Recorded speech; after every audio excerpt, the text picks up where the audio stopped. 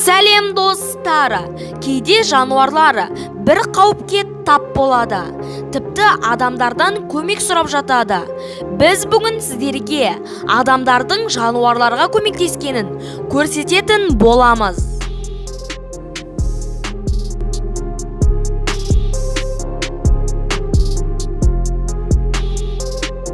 Видеомызды бастамас бұрын дәл қазір лайк басып, арнамызға тіркеліп, қасынан шыққан қоңыраушаны басып қойыңыз. Ал біз бастаймыз. Жыланның кесірінен жылына 140 мың адам қайтыс болады. Бірақ қанша адамды улап өлтірсе де тірі жан. Мына патшалық кобра қатты шөлдегені соншалықты адамдарға келіп су сұрағандай болады.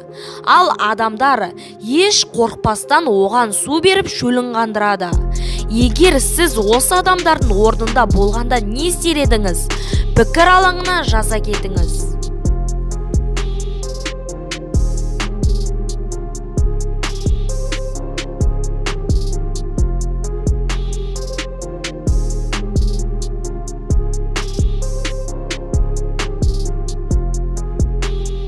Мына екі ит мұздың бетінде жүрді. Кенеттен мұз сынып, екеуі де суда кептеліп қалды. Ал ол екі итті мына адам қанша су мұз болып қатып тұрса да, суға түсіп иттерді құтқарып алды. Бірақ бұл адам осындай суық температураға үйреніп қалған екен.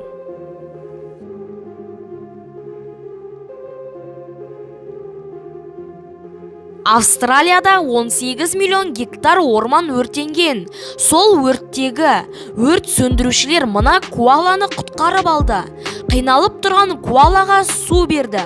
Оның қатты шөлдегені соншалықты 2 бөтелке суды ішіп қойған екен.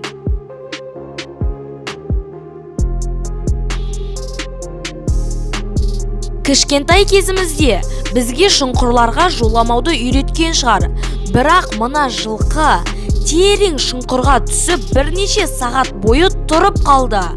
Көрген адамдар экскаватор шақырып, жылқыны терең шұңқырдан шығарып алды.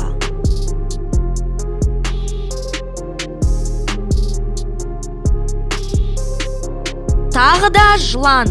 Бұл жылан да бағанағы жылан секілді қатты шөлдеген. Мына әйел қорқып тұрса да, жыланға су беріп шөлін әбден қандырды. Егер мен мына әйелдің орнында болсам, жыланға суды стақанмен емес басқа жолмен берер едім. Теңіздегі қоқыстар тек қана табиғатқа ғана емес, су ішіндегі жануарларға да өз қаупін тигізеді. Мысалы, мына киттің денесіне судың ішіндегі пластикалық қоқыстар ширатылып қалған. Ал құтқарушылар ол киттің денесіндегі қоқыстардан тазартып алды.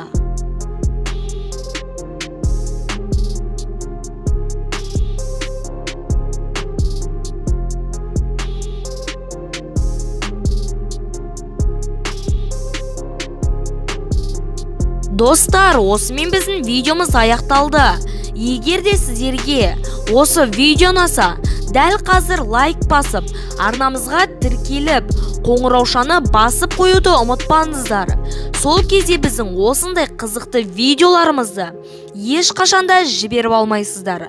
Ендеше сіздермен бірге болған мен Райымқұл Абдулнұр Хамит, қызықты мәліметтер арнасы, сау болыңыздар.